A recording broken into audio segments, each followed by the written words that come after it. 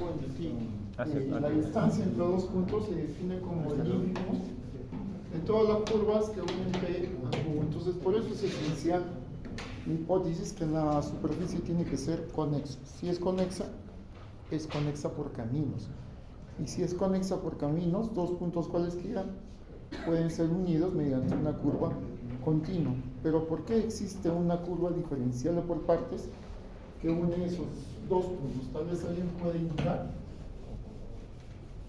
Yo tengo que la superficie S es conexa. Entonces, de variedades diferenciales es conexa por caminos. Entonces, si yo tengo un punto P acá y un punto Q aquí, va a existir un camino continuo que une esos dos puntos. ¿Por qué puedo suponer que ese camino es una curva diferencial por partes? Lo único que sabemos es que es una curva continua, pero ¿por qué podemos asumir que sea diferencial por partes? ¿O por qué existe una curva diferencial por partes que une dos puntos cualesquiera?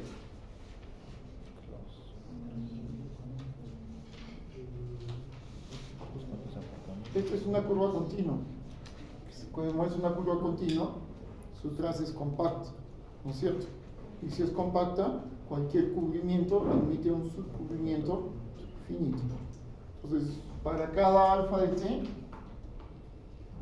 U de t es una vecindad coordenada.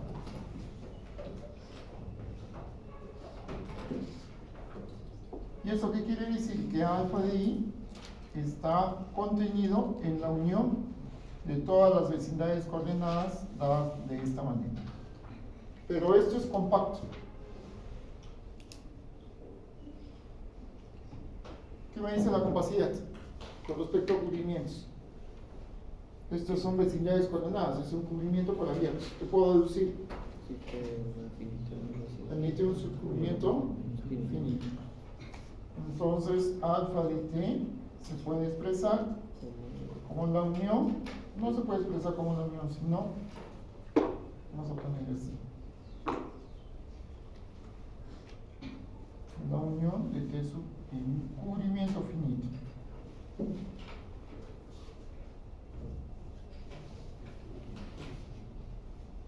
Entonces acá yo puedo venir así, 1, 2, 3 puntos suspensivos.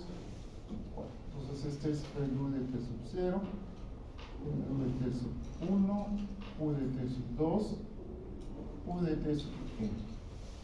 ¿Correcto?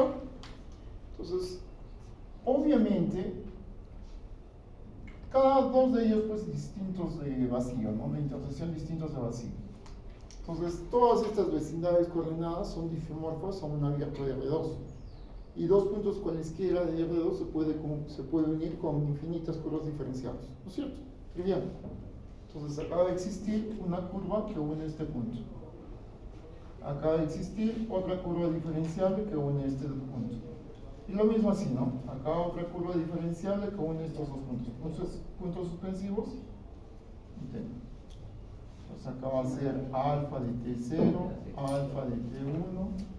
Alfa de t2, puntos suspensivos, alfa de t, y tomo alfa como alfa de 0, unión, alfa 2, unión, alfa de t sub. Lo que acabo de escribir tiene sentido. ¿Existe la unión de dos parametrizaciones?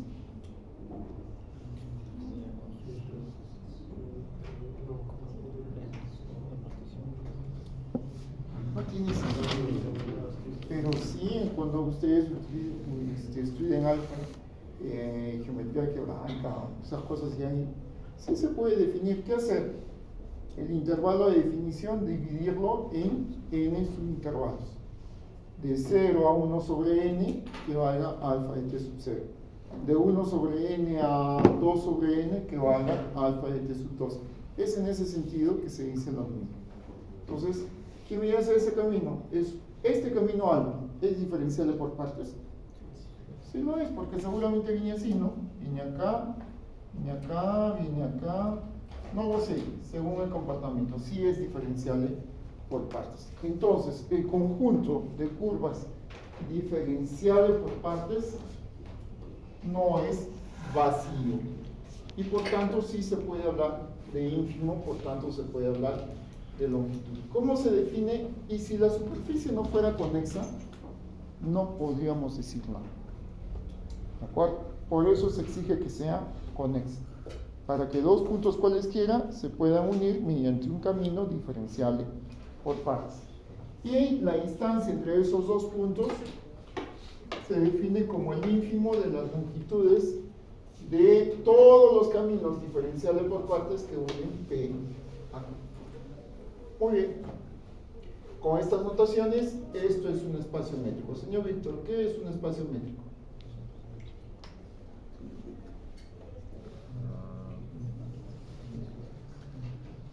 Espacio que cumple tres condiciones. ¿Qué es un espacio métrico?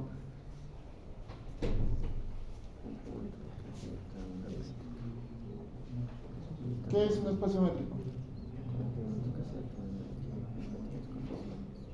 Es un conjunto cualquiera con una métrica. ¿Qué es una métrica? Una distancia. De tres Ustedes han hecho topología, ¿no? Creo que yo les enseñé topología, felizmente que no, ¿no? No. Felizmente, ¿no? Porque si no estaría yo recriminándome a mí mismo.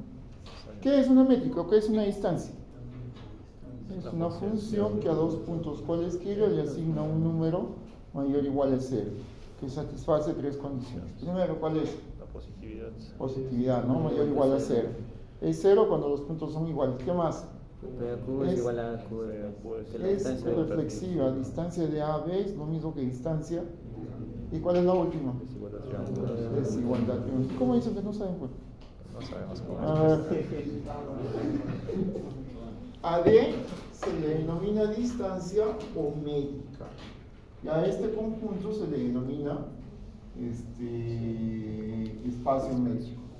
Un espacio métrico siempre es conexo. No. Puedo yo definir varias cosas que no tengan intersección y defino la distancia 0, 1. ¿Cuál es la distancia 0, 1? 0 cuando los puntos son iguales y 1 cuando son diferentes. Entonces no necesitan conexidad. Pero para este caso sí es necesario la conexidad. Sigamos. Bueno, distancia de P a Q, trivialmente la distancia de Q a P. Desigualdad triangular. Vamos a tomar P, Q y R. ¿Ya? Vamos a tomar este camino. Alfa de P que une hacia R y el otro alfa de R que une hacia Q. ¿Puedo determinar en función de estos dos un camino que une P a Q? ¿Cómo sería? Ahora determinen la unión de estos caminos. Señor Montes de Oca, ¿cómo sería esto? O sea, me voy la mitad, me voy de aquí hacia aquí, y la otra mitad que me vaya de aquí hacia aquí. Por ejemplo, que vaya de 0 a 1 medio. ¿Cómo pondría acá alfa de P, Q, R de quién? Estos dos, su dominio de definición es 0, 1, ya para no estar confundiéndonos. ¿Qué le pondría acá? ¿T o 2T? 2T, ¿no? Cuando T es igual a 0, vale P. Cuando T es igual a 1 medio es 1, vale R. Ahora yo quiero que valga esto cuando T pertenezca De 1 medio a 1. de 1 medio a 1. ¿Cuánto le pongo aquí?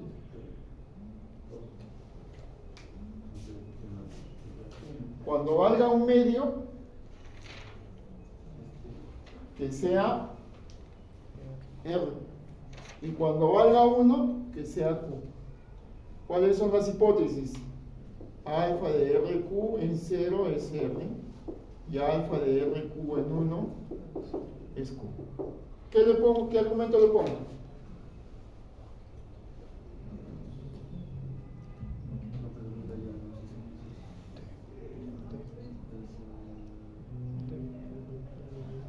El argumento que le pongo acá, cuando valga un medio tiene que ser 0, ¿no? Para que me dé. ¿Qué sería? Podría ser t menos un medio. Ya está, t menos un medio. Un medio menos un medio, 0. Pero cuando t valga 1, acá tiene que salir 1.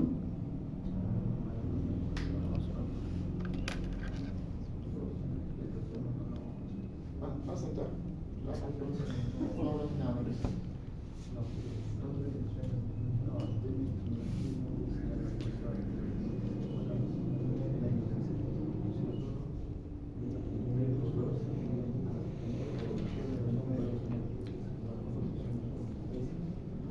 ¿Qué argumento le ponemos ahí? ¿Cuánto? Alguien dijo 2, ¿no? 2 t menos un medio así. Sí, ¿no es cierto? Cuando t vale 1, sería 1 menos un medio por 2, 1. Correcto, muy bien. ¿Quién dijo eso? Okay. Ahí vas ahí para ponerte puntos ahí en tu... Listo. Entonces, ¿qué han hecho? Hemos construido una curva diferencial por partes que vaya de P hacia R y de R hacia Q. En el fondo que vaya de P hacia Q. ¿Ya? A esta curva la vamos a denotar así.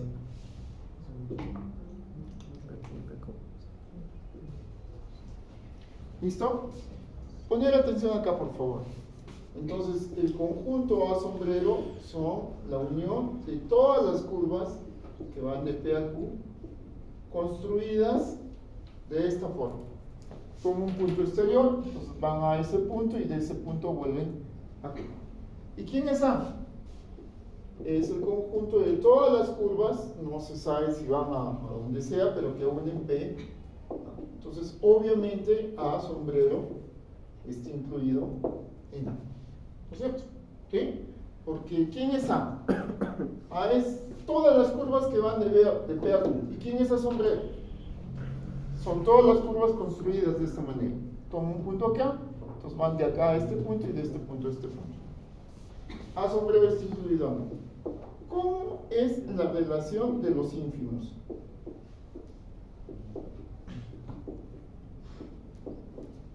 Mayor igual. Este conjunto A sombrero está incluido en A. ¿Cuál es la relación de los ínfimos? Mayor igual. Mayor igual, menor igual, igual no se puede determinar. Mayor. El ínfimo de A sombrero es mayor igual o menor igual. Mayor. Mayor igual. Entonces, ¿correcto? Muy bien. Les voy a dar 3 minutos para que mentalmente me demuestren esto. Mentalmente. Distancia de P a Q es el ínfimo de todas las curvas que unen P a Q. Distancia de Q de P a R es el ínfimo igual de todas las curvas que unen P a R, lo mismo acá. Usando esto, ¿cómo llegamos a eso?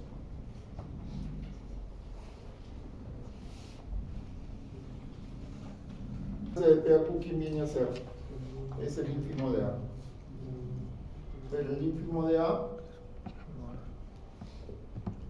es menor o igual que el ínfimo de A sombrero. ¿Quién es A sombrero? El conjunto de todas las curvas que pueden ser obtenidas de P a R y de R a C. ¿No es cierto? Este ínfimo puede ser igual a... ¿Qué relación tiene con esta suma?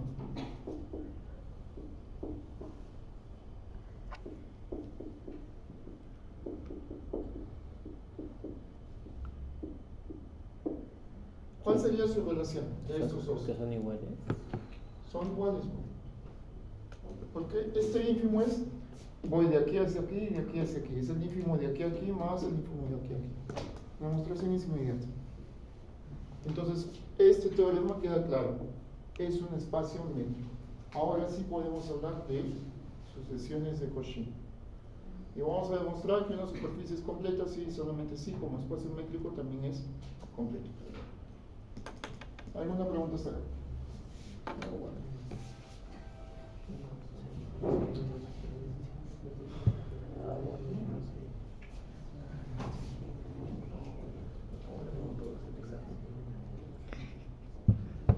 Voy a leer con más calma y en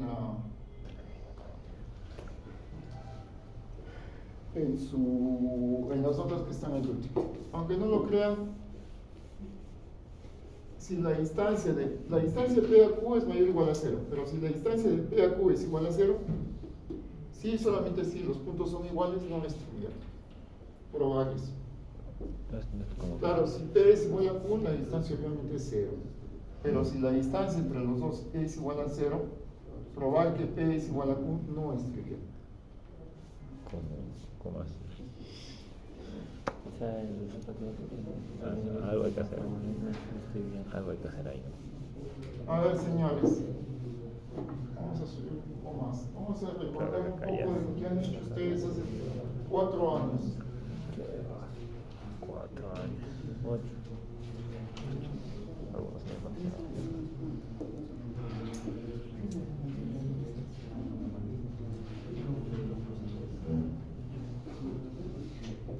¿Cuál es la definición de ínfimo? La máxima cuota. Ínfimo de las longitudes de todas las curvas que unen P a Q es igual a 0. ¿Cuál es su definición? La mayor cuota. La mayor Es cuota. la mayor. ¿Qué es el ínfimo? La mayor de las cuotas La inferiores. mayor de las cotas inferiores. Y en términos de epsilon, delta, ¿qué es el ínfimo? Para todo Si no me doy un sí, solamente sí. Si me doy un epsilon mayor que 0, ¿qué va a haber? existe un ¿Existe qué? Va a existir un elemento de los que está aquí, tal sea menor o igual que m. tal que Existe. ese elemento es menor que epsilon, porque el ínfimo es 0. Ok. Hecho este acto, ¿no? Entonces, como el ínfimo es 0, va a existir para todo epsilon mayor que 0, va a existir un elemento cuya longitud sea menor que epsilon. Tomemos un epsilon suficientemente pequeño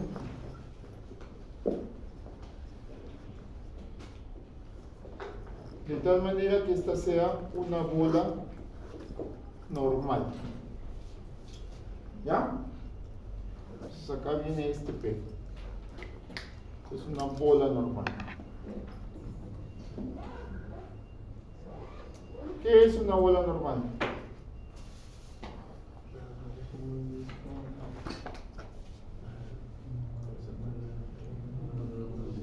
Es la imagen vía función exponencial.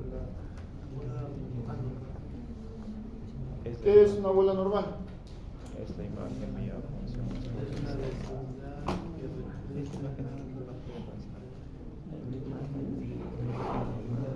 La imagen de ¿Qué es una bola normal? Pues ustedes van a volver mal hablado, de verdad. Y aquí voy a dejar ese director porque seguramente se van a quejar. Me voy a empezar a hablar con ajos y culebras. ¿Qué es una bola normal? Ya han dado su práctica, en fin. Han dado práctica de definiciones, hay un montón de cosas.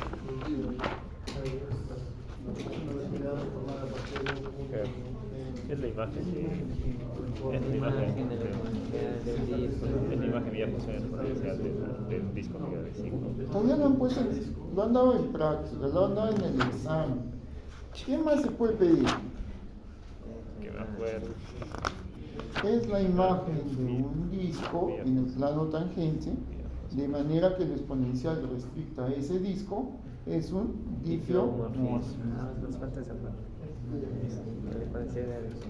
Vamos a volver a tomar a como se enseñaba hace 100 años atrás, ¿no? La expresión entra por sangre, no hay otra posibilidad. A ver, pongan atención por favor. Entonces, esto es una bola normal.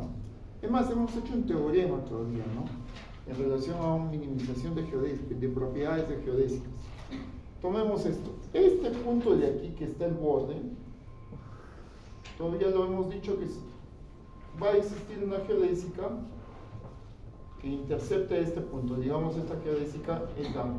¿Cómo intercepta esta geodésica este círculo? Ortogonalmente, ¿no es cierto? La longitud de esta geodésica gamma, ¿cuánto es? Alfa, perdón.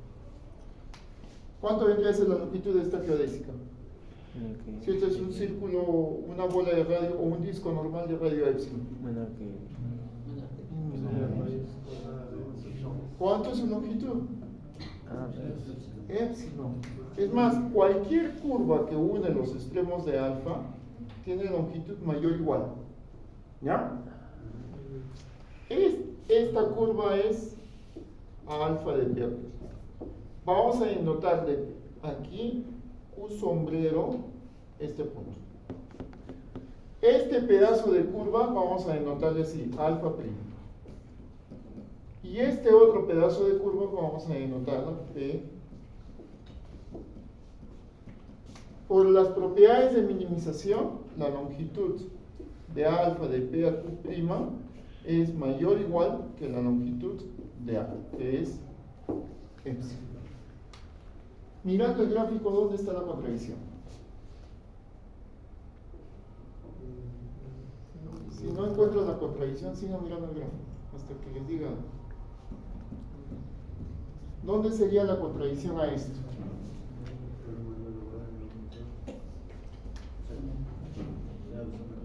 Que la longitud es menor a epsilon y que se polariza.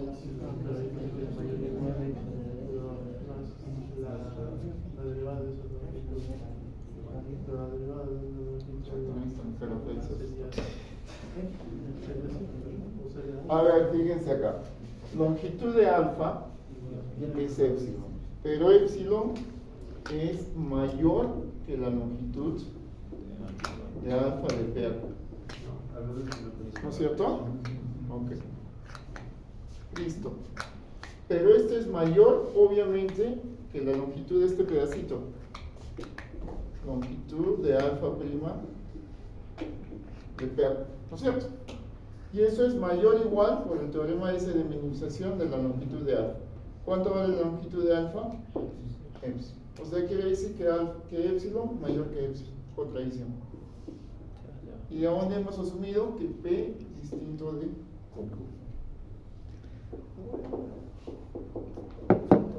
¿Está claro? Entonces, efectivamente, sí es una métrica.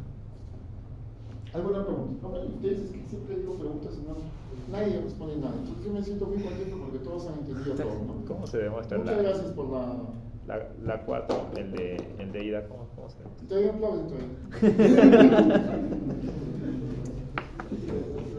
Lo que quisiera, por favor, revisen Dunty. O sea, es un argumento, no es trivial la demostración, pero tampoco es difícil de entender. Está en el locarmo. ¿No? Está en el locarmo. Está. Eso sí se lo pueden poner a ChatGPT igualito para que copien igualito. Estas notas son extraídas ahí de geometría romana. Ahora sí ya no hay disculpas para que no puedan copiar tal cual. Ok, entonces, ¿qué es lo que hemos aprendido ahora? Que S, D es un espacio médico. ¿Y quién es D? Es la distancia que está en función de qué. ¿Cómo se define la distancia entre dos puntos? El ínfimo de todas las longitudes de las curvas diferenciales por partes que une P a Q. Primer punto. ¿Por qué existe una curva diferenciable por partes que une un punto P a un punto Q? Porque la superficie es conexa. Porque la superficie es conexa y por ende es conexa por camino. Pero conexidad por camino solo me garantiza que existe una curva continua que une esos dos puntos. ¿Por qué puedo asumir que es diferenciable por partes? Porque la superficie es... Entonces la cubro por vecindades coordenadas y de ahí ya manipulo. ¿De acuerdo? Ok. Entonces, ahora viene la pregunta del mío. En Rn, dos puntos cualesquiera siempre son unidos por un segmento de recta. Las geodésicas son el equivalente a recta. Entonces, en una superficie completa, para dos puntos diferentes, ¿existirá una geodésica que une esos dos puntos? La respuesta es sí. ¿Cómo se llama ese teorema? Teorema de Hopf-Jardino. Y de repente lo hacemos el día jueves. Pero ¿cuál es la diferencia con la geometría euclidiana? Que dos puntos en Rn solo pueden ser unidos por un segmento de recta. No van a existir dos segmentos de rectas diferentes que unen los puntos. ¿O existen? No existen. Solo existe un segmento que une esos dos puntos. Pero en una superficie regular puede haber infinitas geodésicas que unen dos puntos fijos. Un ejemplo me podrían dar de una aquí esfera. Tomo los polos opuestos. ¿Cuántas geodésicas unen los dos polos? Infinitas geodésicas, ¿no es cierto? Muchas gracias.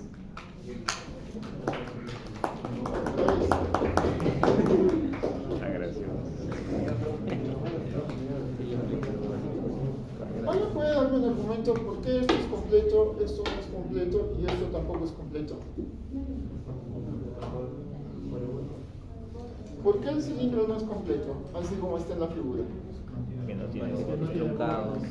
Tiene bordes, ¿no es cierto? Entonces, yo coloco acá esta geodésica y esta geodésica, que es una recta, no está definida en el borde. Acá sí, ¿no? Sí. No hay ningún problema. ¿Y esto por qué no es completo? que no tiene borde. Que no De tiene igual manera, por ejemplo, esta geodésica no va a estar definida en estos puntos, ¿no? Entonces, geométricamente, ¿qué es una superficie completa? Una dice que tiene todo, sino ¿cómo lo entienden ustedes? Que no tenga borde y que sea diferente. No puede tener borde. Tiene que contener todos sus puntos de adherencia. ¿Qué más? Tiene que ser contiene todo. Creo que es eso. Creo que un buen ejercicio sería pruebe que es completa, sí, solamente sí, contiene todos sus puntos de adherencia. Escriban eso mejor, ya que ustedes son muy preocupados, quieren estudiar. Pregunta, ¿una super S es completa? Sí, solamente sí. ¿Contiene todos sus puntos adherentes? Obviamente en R3, ¿no? Sí, solo así. ¿Contiene todos sus puntos adherentes?